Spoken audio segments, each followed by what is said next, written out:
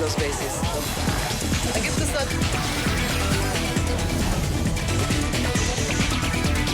Zoom a la noticia con Andrea Bernal.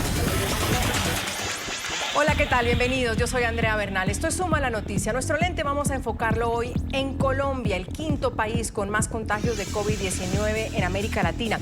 ¿Cuál es el balance que deja hasta ahora el coronavirus y cuáles medidas ha tomado el gobierno para frenar la propagación de la enfermedad?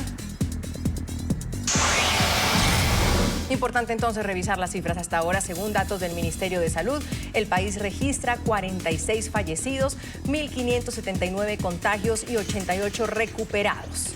Bogotá, la capital, reporta el mayor número de casos con 779, le sigue el departamento del Valle del Cauca con 210 y Antioquia con 183. Recordemos que estos números en cualquier momento pueden cambiar con los informes que cada Ministerio de Salud de cada país está entregando. Según el Ministerio de Salud, la curva de contagios en Colombia se ha empezado a aplanar gracias a las acciones preventivas tomadas por el gobierno. Por esta razón, el presidente Iván Duque extiende la cuarentena obligatoria en todo el país. El aislamiento, que estaba programado hasta el 13 de abril, ahora finalizará el día 26 a las 11:59 de la noche, hora local. Quiero hacerles un llamado a que todos hagamos un esfuerzo adicional por la vida, por la salud. Y es la decisión de mantener después del 13 de abril hasta el 27 de abril el aislamiento preventivo obligatorio. Y en medio de esta emergencia, recordemos que el mandatario ordenó también el cierre de fronteras marítimas y terrestres, prohibió los vuelos nacionales e internacionales, también el cierre de establecimientos no esenciales, así como restricción a la movilidad, la suspensión de eventos públicos y las clases en todos los niveles. Que nosotros habíamos pensado inicialmente que los niños, los jóvenes, los universitarios estuvieran por fuera de la jornada académica inicialmente hasta el día 20 de abril.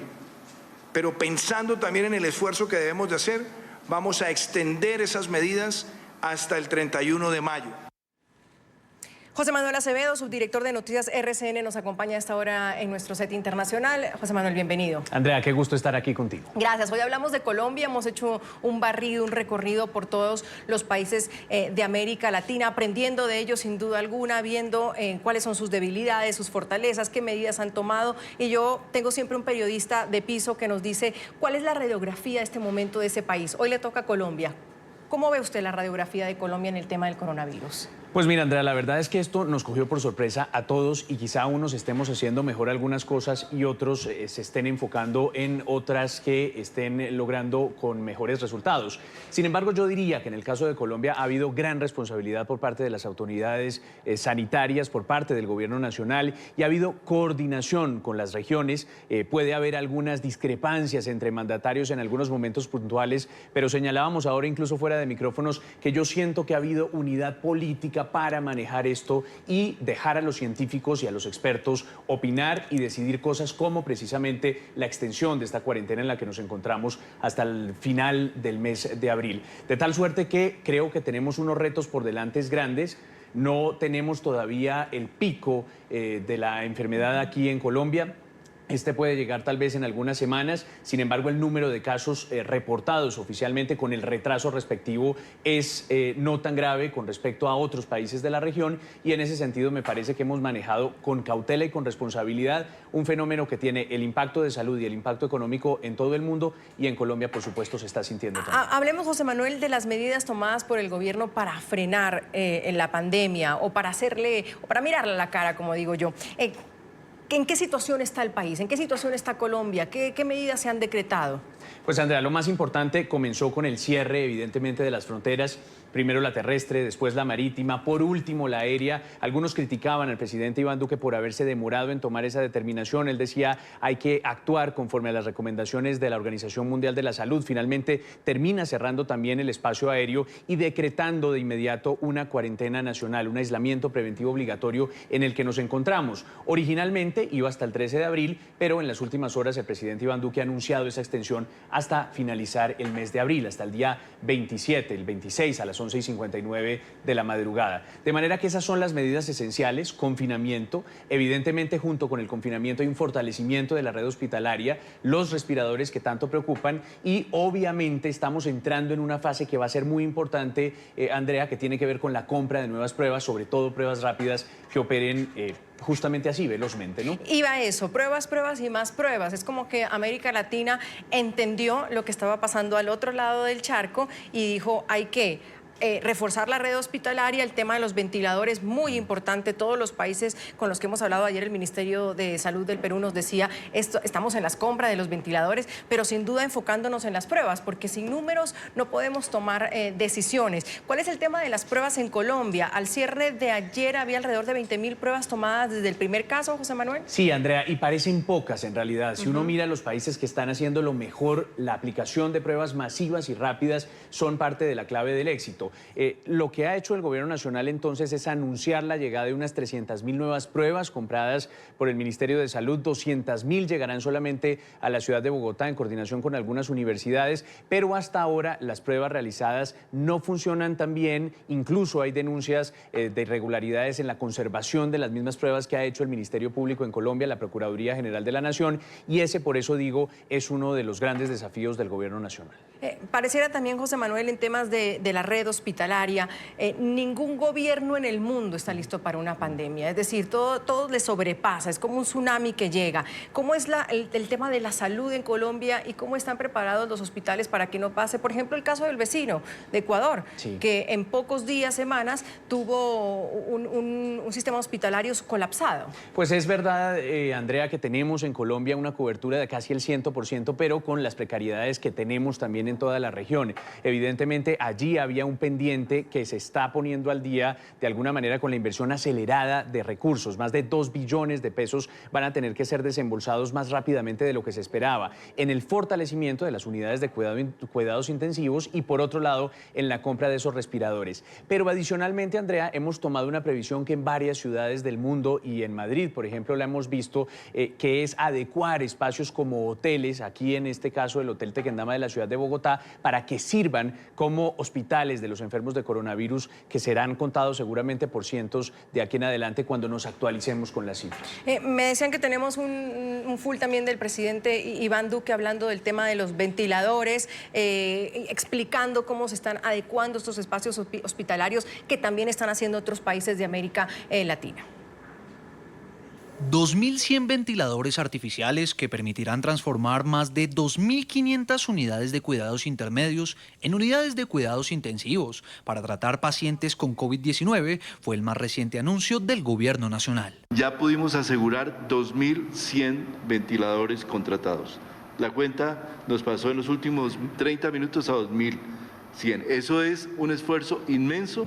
Yo verdaderamente no creo que haya otro país de Latinoamérica que haya hecho un esfuerzo tan gigante como el que estamos haciendo acá. También se anunció la entrega de 12 hospitales y algunas clínicas que estaban intervenidas para recibir a pacientes con coronavirus. Estamos hablando de más de 8.000 habitaciones de la red hotelera nacional que estarían en capacidad de estar al servicio de esta contingencia y que obviamente dentro del plan que ha mostrado el ministro se va activando en la medida que nosotros vamos utilizando la red hospitalaria. Estos anuncios se suman a las más de 2.000 camas que están siendo adecuadas en Corferias y en el Hospital Militar. El presidente volvió a resaltar el trabajo del personal médico que día a día arriesga su vida para enfrentar esta pandemia. Hablamos hoy de la situación en Colombia, cómo se prepara Colombia, qué medidas ha tomado Colombia en torno al coronavirus. La Organización Panamericana de la Salud aplaudió la decisión del gobierno de Iván Duque de extender la cuarentena en el país. Sin embargo, pues decenas de personas han salido en estos días a las calles como si no hubiesen restricciones. Este es un informe de nuestra cadena aliada Noticias RCN. Un nuevo día despierta la mayoría de los hogares bogotanos. Es martes 7 de abril, un día poco habitual porque en Colombia llevamos 14 días de cuarentena, es decir, la mayoría debemos estar en casa. Pero como siempre, no faltan los incumplidos.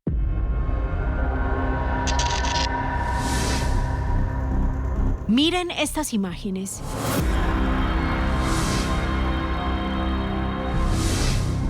Cientos de personas hacen largas filas en el sector del Tintal, en el sur de Bogotá, y como si fuera poco, no respetan la distancia entre ellos. La gente camina por el sector como si nada, como si el riesgo de contagiarse por coronavirus no fuera inminente.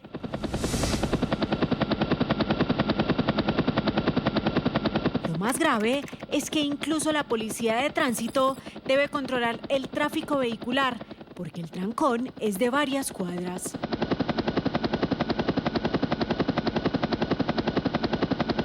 Y las filas en algunos bancos de la ciudad tampoco se hacen esperar. Tenga en cuenta que cuando usted viola la cuarentena, no solo está arriesgando su vida, sino que además puede ser sancionado con una multa de casi 1 millón de pesos e incluso con la cárcel. José Manuel, estamos con José Manuel Acevedo, él es periodista, subdirector de Noticias RCN, nos da una radiografía de la situación en Colombia y esta es la radiografía que más molesta, sin duda alguna, que más indigna, porque el mensaje principal, José Manuel, es quédese en casa. ¿Qué pasa, por ejemplo, en la capital? ¿La gente empezó como a ponerse más tranquila con el tema? Sí, yo diría que hay dos categorías de personas que son las que salen a la calle, las que definitivamente son necias y están desafiando el orden público y que se pueden exponer además a algunas sanciones, y otras que por necesidad y por ese dilema que pueden tener entre enfermarse de coronavirus o morirse de hambre están saliendo. Y hay que tratar de entender los dos fenómenos, y ese es el desafío también de nuestras autoridades y del gobierno, cómo aplicar efectivamente esas sanciones a las personas que están incumpliendo las medidas sanitarias. Y aquí hay sanciones no solamente económicas, sino penales en Colombia, Andrea, y adicionalmente cómo tratar de identificar a quienes están teniendo una necesidad de salir, porque viven del rebusque, usualmente, como decimos aquí en el país, y tendrían que tener atendidas esas necesidades por la vía de unos subsidios y auxilios que efectivamente el gobierno está intentando dar a los más necesitados. Es que las cifras de nuestros países, José Manuel, en temas de la persona que vive del día al día, pues son altísimas. En este caso, en un resumen, ¿qué ha hecho concretamente o qué medidas ha tomado económicas el gobierno de Iván Duque frente a esto? ¿Cuál es el paliativo? Pues Andrea, efectivamente, a través de un sistema que se llama el Sisbén, que categoriza a las personas dependiendo de su nivel de ingresos, se ha anunciado un auxilio especial que seguramente resultará insuficiente, pero por lo menos le ayuda a las familias más pobres, a las que definitivamente no tienen cómo sobrevivir sin salir de su casa en el próximo mes. Por un lado está eso, por otro lado se han anunciado algunos subsidios compensatorios si a usted eventualmente le rebajan el salario siendo un empleado formal. Se ha prohibido la terminación de contratos laborales unilaterales sin la autorización del Ministerio de Trabajo, y en ese sentido también se han abierto algunas líneas de crédito para los microempresarios y para los empresarios que necesiten acceder a un financiamiento con condiciones mucho más blandas y positivas. Los invito a hacer una primera pausa aquí en Suma la Noticia. Hoy hablamos de Colombia y el coronavirus. Hacemos un recorrido por todos los países de América Latina. Hoy es el turno de Colombia. Ya volvemos. Gracias por seguir aquí en Suma la Noticia. Hablamos de Colombia, las medidas que ha tomado frente al coronavirus, las medidas económicas, las medidas de salud para proteger a su población. Quiero darle la bienvenida hasta ahora a Gina Tambini, es representante en Colombia para la Organización Panamericana de la Salud. Señora Tambini, gracias por estar con nosotros. Buenas tardes, un saludo especial para ustedes. Muy amable, doctora. ¿Por qué era necesario ampliar la cuarentena en Colombia? ¿Es para usted acertada la decisión del presidente Iván Duque? Sí, es una decisión muy importante para el país, que también se está viendo que la siguen tomando otros países en la región de las Américas. El análisis que viene haciendo el señor presidente con todo el equipo de expertos, con el Ministerio de Salud, con el Instituto Nacional de Salud, sobre todo basado en la situación epidemiológica de esta nueva enfermedad, del COVID-19, es fundamental para poder tomar estas decisiones en relación a las medidas. La experiencia de otros países en otras regiones, como la región asiática, que ellos van adelante en relación al tiempo que comenzaron a presentar los casos, muestra que un periodo prolongado de este aislamiento preventivo, obligatorio, como lo conocemos en Colombia, es clave para poder dar tiempo, sobre todo a los servicios de salud, para que estén preparados, para que el personal de salud esté preparado y pueda enfrentar ese número de casos graves y críticos que ocurrirán, que ocurrirán a medida que vamos transcurriendo en esta pandemia. En el tiempo, doctora, de cuarentena que queda en Colombia, contando a hoy, pues van a ser 20 días más. Y en este tiempo, los ciudadanos, ¿qué deben hacer? ¿Cómo debemos seguir aportando para combatir el COVID-19? Lo importante, sobre todo, es tener todos conciencia y reconocer que estas medidas son fundamentales para poder salvar vidas, poder disminuir ese número de infecciones que al desbordar ese umbral, que es la capacidad de los servicios de salud, realmente correrían muchas vidas en riesgo. Entonces, el poder participar, el poder estar muy atentos a estos lineamientos de la autoridad sanitaria, que es el Ministerio de Salud, y que en este momento todo este esfuerzo está liderado por el señor presidente de Salud, es estar muy atentos a estas indicaciones. Ya hemos venido, ya son más de 2 semanas que estamos en el aislamiento preventivo obligatorio, y lo importante es el quedarse en casa. Quédate en casa, porque así vas a poder prevenir que tú adquieras la infección por el nuevo coronavirus, y también si en caso tuviera los síntomas de fiebre y tos, al quedarse en casa también evita poder transmitir más esta enfermedad a otras personas. Conocemos de los medios de protección que cada uno debemos hacer. Es importante ese lavado de manos en 20 segundos con la técnica que también ya le hemos visto a través de todos los medios de comunicación y que también se encuentran en las redes sociales. El distanciamiento físico. Esta enfermedad producida por el nuevo coronavirus se produce a través de unas microgotitas que se eliminan al toser y que pueden alcanzar 1 a 2 metros. Entonces, ese distanciamiento físico, cuando vamos al mercado, cuando vamos al banco, hay que guardarlo, ¿no? Siquiera de 1 metro a 2 metros entre persona y persona. Y si tenemos tos y fiebre, que son los síntomas más característicos de esta enfermedad, sobre todo por la tos, usar el tapabocas para poder evitar diseminar más estos virus a través de esas microgotitas que salen al toser. Muy clara lo que nos dice la doctora Tambini, pero sin embargo, respecto al uso de tapabocas, por ejemplo, mascarilla, existe quizás, no podemos entender hasta ahora como una confusión. Por ejemplo, el presidente Iván Duque decretó obligatorio el uso de mascarillas en transportes públicos cuando se salga a hacer mercado, eso en Colombia. Otros países también lo han dicho, pero ¿debemos todos utilizar los tapabocas o solo las personas contagiadas? ¿Al final qué, señora Tambini? Lo importante es reconocer 2 recomendaciones que hace la Organización Mundial de la Salud. En esta etapa todos somos conscientes de que hay una escasez importante de estos elementos de protección. Y es el personal de salud, que es esa primera línea de respuesta, sobre todo para atender estos casos graves y críticos, que tiene que estar protegido. Y nosotros también, gobierno en pleno, Ministerio de Salud, está haciendo el esfuerzo para poder adquirir más de estos elementos de protección para el personal de salud. Entonces, esa es la primera recomendación. La Organización Mundial de la Salud indica que estas, sobre todo, las máscaras quirúrgicas, las máscaras N95, que son más específicas, deben ser usadas de forma eficiente y dirigidas al personal de salud.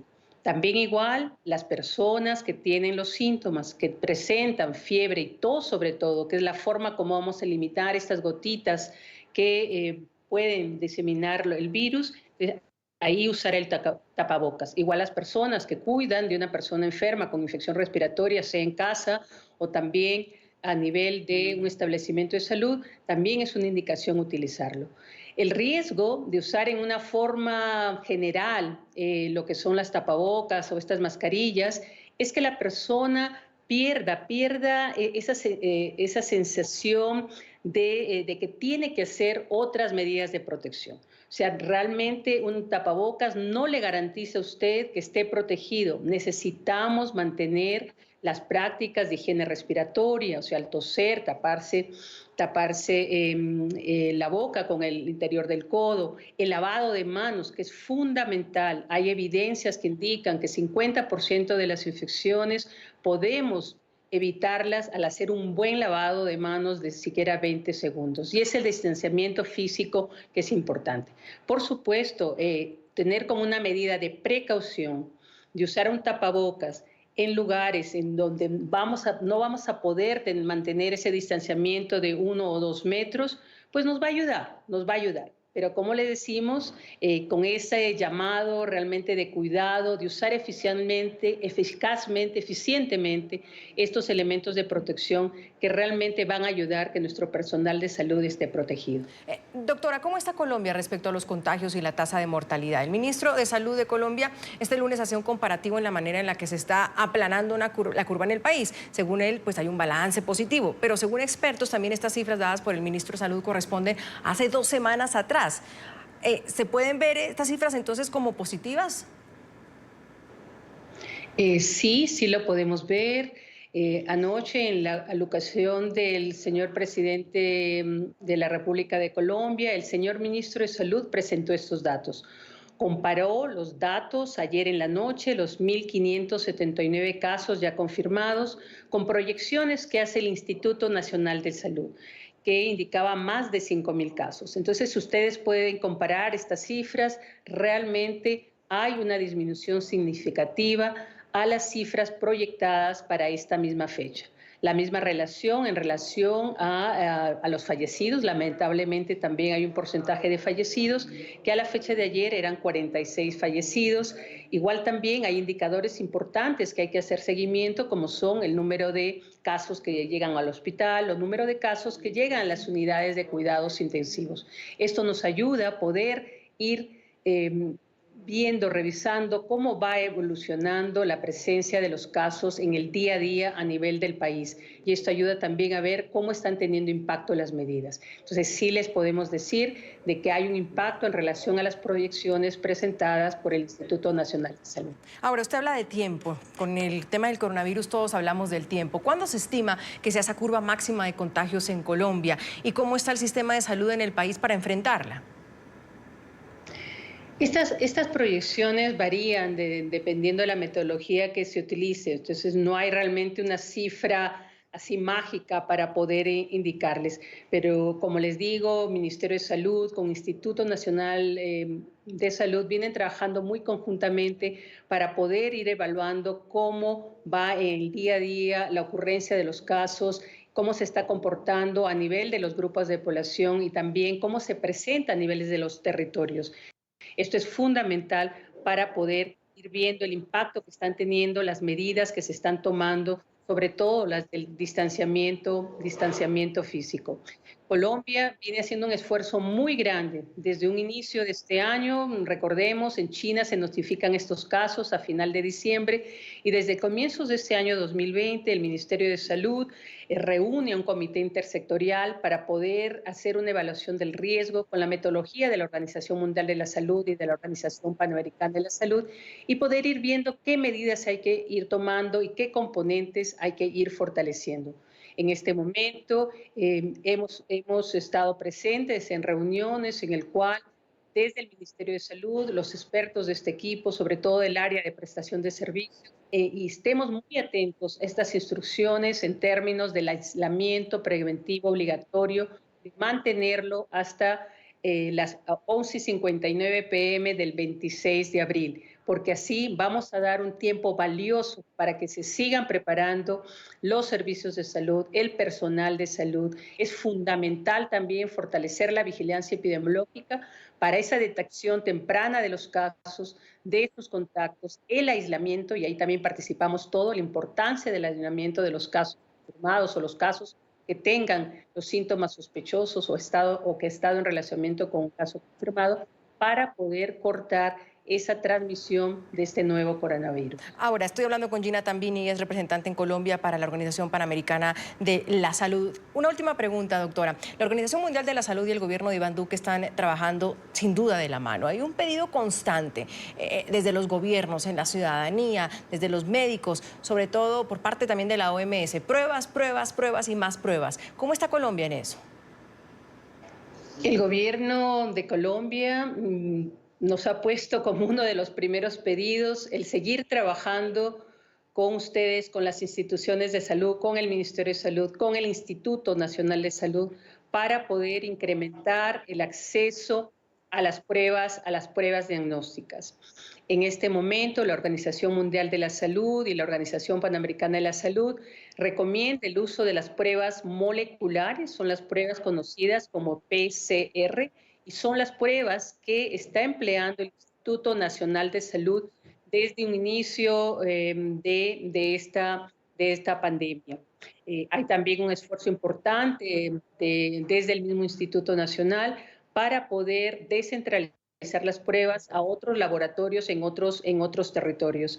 Hay un trabajo muy cercano con el Instituto Nacional para poder reforzar esta capacidad y, como les digo, una tarea también que el mismo señor presidente nos está pidiendo de poder trabajar conjuntamente para incrementar el acceso a las pruebas diagnósticas. Doctora Tambini, le agradezco muchísimo por haber estado con nosotros, representante en Colombia para la Organización Panamericana de la Salud, muy amable. Muchas gracias a ustedes. A usted muy gentil. José Manuel, interesante, clara además lo que hay que hacer a partir de una decisión como la del presidente Iván Duque de ampliar la cuarentena, quedarse en casa y esa de la mano como está trabajando el gobierno de Iván Duque con la OEPS. ¿Qué destaca usted de lo que ha escuchado? Pues mire, yo creo que sin duda alguna el trabajo conjunto es positivo, que estemos oyendo a los expertos, como decíamos hace un rato, y no a los políticos y no a los populistas, pues ya es una ganancia. Ha pasado en otras partes del mundo, ha pasado en partes bastante de primer mundo, supuestamente, y sin embargo lo están haciendo todo mal o bastante regular, y consuela que en algunos países de nuestra región se esté oyendo primero a los científicos antes que los políticos. Eso me parece importante y me parece también de resaltar lo que ha dicho la representante de la OPS aquí en Colombia en relación con las pruebas. Andrea, necesitamos más pruebas, necesitamos practicarlas con mayor velocidad y que también los resultados se entreguen de una manera más pronta y oportuna. Hay varias denuncias, como lo comentábamos, Andrea, en distintas zonas del país que tienen que enviar a Bogotá esas pruebas y se demoran mucho más de los 8 días que se anuncian como el plazo máximo. Allí hay que hacer un trabajo grande para que en regiones del país, por fuera de Bogotá, se puedan practicar esas pruebas o que el envío y la respuesta respectiva dure mucho menos. Claro, porque volvemos a centralizar todo en las grandes ciudades y en las capitales. Alguien que está en Bogotá pide una prueba, seguramente la obtiene fácil, claro. Pero ¿cuál es el tiempo para tener el resultado número 1 de la prueba? Y luego, personas que están en otros sectores del país, ¿están consiguiendo pruebas, José Manuel? Pues, Andrea, en el caso de Bogotá se dice que entre 3 y 5 días están entregando los resultados de las pruebas, pero hemos oído ya varios testimonios que pasan incluso los 8 días sin recibir un resultado. Incluso hay pruebas extraviadas y hay algunas denuncias en ese sentido. Imagínese lo que será en otras regiones del país más apartadas. Y por eso se puede presentar en estos momentos un subregistro de esos casos en algunas regiones en donde o no se han hecho suficientes pruebas o los resultados han tardado en llegar. Por eso poner el énfasis allí y sobre todo hacerlo cuando ya salgamos de la cuarentena para tratar de tener unos registros mucho más rápidos y poder actuar rápidamente también frente a los contagiados es una prioridad urgente para el gobierno colombiano. Ustedes, como ven, José Manuel, pues maneja varios temas, pero él tiene una especialidad que también es la política y hablábamos de cómo están haciendo los políticos en cada país. Qué bueno escuchar a los expertos y no solo a los políticos, criticar o no saber qué hacer frente a estos temas. Y lo decíamos porque ¿qué pasa en temas políticos en cada país? José Manuel, usted escribe hoy un editorial en el diario El Tiempo de Bogotá sobre qué están haciendo los congresistas. ¿Están trabajando? ¿Están de vagos? ¿Qué pasa en Colombia? Pues mire, lamentablemente yo lamento mucho que con Colombia esté pasando lo que no pasa en otras partes del mundo, y es que no tenemos un Congreso activo haciendo, por ejemplo, debates de control político formales, sesionando por la vía virtual con todos los avances tecnológicos que ya tenemos en el mundo. Y lo que ha pasado en el país es que nos hemos enfrascado en un debate de si deberían ser sesiones presenciales o virtuales, y por esa vía el Congreso de la República no está trabajando en su inmensa mayoría. Andrea, hay que decirlo, hay congresistas y parlamentarios que están haciendo sesiones informales de sus respectivas comisiones, que están usando algunos mecanismos por fuera de lo que les dicen los presidentes de las corporaciones, del Senado y de la Cámara, que no han tomado una decisión en ese sentido. Hoy el representante Carlos Cuenca, que es el presidente de la Cámara en Colombia, pues ya por fin tomó la decisión de que se avalen y se permiten las sesiones virtuales de la Cámara de Representantes. No ha dicho nada todavía el presidente del Senado de la República, pero por lo pronto lo que vemos es a un Congreso de brazos cruzados, y eso no hace bien en ningún caso. Usted además es abogado. La pregunta ¿es inconstitucional un congreso virtual? Yo creo que no, Andrea. Yo sostengo que la Constitución misma da unas herramientas y unas facultades para que en casos de perturbación del orden público se puedan hacer sesiones por fuera del Capitolio Nacional, que es la sede de nuestro Congreso en Colombia, y creo además que lo inconstitucional es que sigan ganándose los sueldos sin trabajar, Andrea. Eso es lo verdaderamente inconstitucional. Hacemos otra pausa, ya volvemos. Tendremos a Ariel Palacios, es el gobernador del departamento del Chocó. La preocupación de los departamentos en Colombia, de las zonas más alejadas para hacerle frente al coronavirus. Ya volvemos. Estamos de Colombia y en Suma la Noticia. Colombia y el coronavirus, ¿cómo está enfrentando este país la pandemia? El Ministerio de Salud de Colombia acaba de actualizar las cifras. Ahora se contabilizan 50 fallecidos, 1.780 contagiados y 100 recuperados. Bogotá, la capital, tiene el mayor número de casos confirmados, que reporta 861. Es el último informe que acaba de reportar el Ministerio de Salud. Quiero darle la bienvenida a Ariel Palacios, es el gobernador del departamento del Chocó. Por historia, sin duda alguna, es uno de los departamentos más golpeados en Colombia por exclusión, por la pobreza, y hemos querido hablar con él porque ha hablado con varios medios nacionales. Gobernador, gracias por estar con nosotros, y uno de los titulares más fuertes que encontramos es: en Chocó no hay cómo atender esta pandemia. Lo dice usted, el gobernador. Gobernador, bienvenido. Sí, muy buenas tardes a ti, Andrea, muy buenas tardes a toda la audiencia de este programa. Sí, la verdad es que es nuestra preocupación de que el coronavirus, se presentó, se detectaron los primeros casos aquí en Colombia, frente a la situación de la red hospitalaria que tenemos acá en el departamento del Chocó. La verdad es que no contamos, con los recursos necesarios, con la infraestructura necesaria para nosotros atender una situación de esta magnitud. Entonces, por lo tanto, nosotros pues hemos llamado la atención del gobierno nacional y lógicamente de todos los medios, poniendo en conocimiento esta situación. Gobernador, hablemos del tema de las redes hospitalarias, porque sin duda uno ve desde la capital que el gobierno está haciendo un esfuerzo. ¿Qué ha sentido usted que ha hecho el gobierno específicamente en el departamento del Chocó? ¿Cómo está el tema, por ejemplo, de las camas hospitalarias y el tema también de cuidados intensivos en los hospitales del Chocó? Bueno, nosotros, el departamento del Chocó tiene alrededor de 520.000 habitantes, 30 municipios. De esos 30 municipios solamente contamos con un hospital de segundo nivel, que es el Hospital Regional de Quibdó, el de segundo nivel. Y ese hospital no tiene ninguna cama UCI, que es nuestra gran preocupación, porque frente a alguna situación que se nos pueda presentar, en atención de pacientes, pues nosotros como red pública no contamos con ninguna cama UCI. Aquí en Quibdó hay tres IPS o clínicas que tienen UCI, y entre esas tres clínicas están ofreciendo 27 camas. O sea que si lo miramos de acuerdo al número de habitantes que tenemos en el departamento y a la disponibilidad, de camas UCI, la situación para nosotros es muy calamitosa. Entonces, por eso hemos llamado la atención del gobierno nacional de tal manera que podamos, hacer dos intervenciones. Una a corto plazo, que sería, la instalación de unos, hospitales de campaña que consideramos que se puede hacer, en corto tiempo. Y una a mediano plazo, que es ampliar, la capacidad, del Hospital San Francisco, así que es nuestro hospital regional. Entonces, en ese orden de ideas, nosotros pensamos que podemos trabajar para podernos preparar para afrontar la situación que se nos pueda presentar. Y gobernador, ¿usted ha tenido la oportunidad de hablar con el presidente, con el ministro de Salud? ¿Qué le han dicho? Sí, nosotros hemos mandado, pues lógicamente, todos los requerimientos y los oficios que ellos nos han pedido. El último fue del día de ayer, donde básicamente hacemos una descripción de la misma situación que tenemos, de las posibilidades que tenemos de ampliación de estas camas y los requerimientos que lógicamente pudiéramos tener. Pues estamos esperando respuestas en concreto. digamos, en ese sentido. Gobernador, ¿cuántos casos hay en el departamento del Chocó de coronavirus? ¿Cuál es el número que ustedes manejan? Bueno, afortunadamente hasta ahora no tenemos ningún caso confirmado. Sin embargo, es nuestra preocupación. Nosotros hemos reportado, digamos, a la fecha 24 pruebas.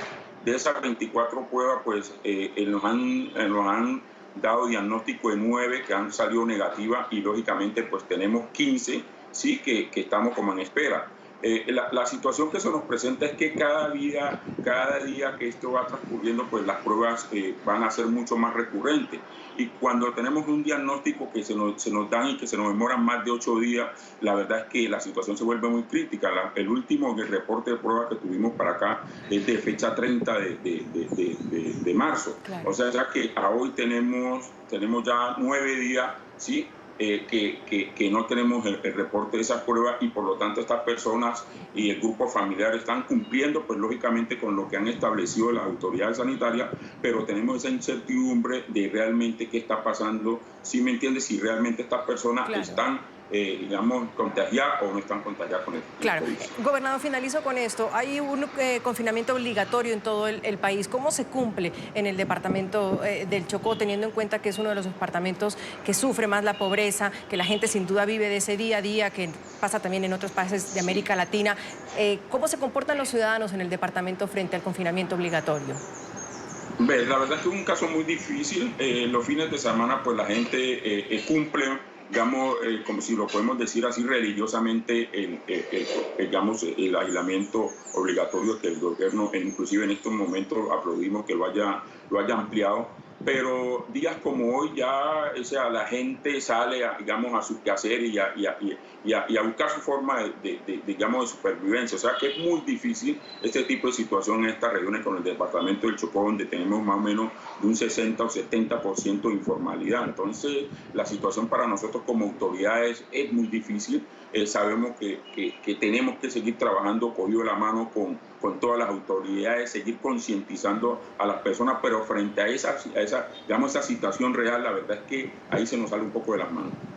Claro. Estamos hablando con el gobernador del departamento del Chocó, Ariel Palacios, desde Colombia. Gobernador, mil gracias. Gracias por su denuncia, gracias por ponernos en contexto esto que es tan importante para Colombia y también para América Latina. José Manuel, en 30 segundos finalizo. Esto es también una radiografía de lo que pasa en muchos lugares de Colombia. Sí, sin duda alguna. Los departamentos menos preparados en materia de salud, los que estaban rezagados en sus sistemas, evidentemente son los que están o pueden tener unas consecuencias mucho más delicadas y hay que poner los ojos en ellos. Y hay que tratar de ayudarlos con inversión y con recursos que lleguen y con mucha protección para que no se lo roben, porque también pasa eso con frecuencia, Andrea, lamentablemente. Llamado al gobierno, porque ya ha dicho, han llevado las cartas, han hecho todo lo que hay que hacer, entonces ahora que el gobierno nacional le ponga la lupa a estos lugares que al final también terminan siendo los más golpeados. Así es, y todos a comportarnos, yo creería, Andrea, como si estuviéramos infectados, contagiados todos, es decir, extremando los cuidados sanitarios para precisamente evitar un impacto mayor. Quedémonos en casa, hacemos la última pausa, ya volvemos. Por haberme acompañado, gracias a José Manuel Acevedo, subdirector de Noticias RCN, por haber estado con nosotros el día de hoy. José Manuel, mil gracias. Andrea, un gustazo estar con ustedes. Gracias, muy gentil, muy invitado para las próximas. Soy Andrea Bernal, hasta aquí Suma la Noticia. Los espero mañana con otro programa.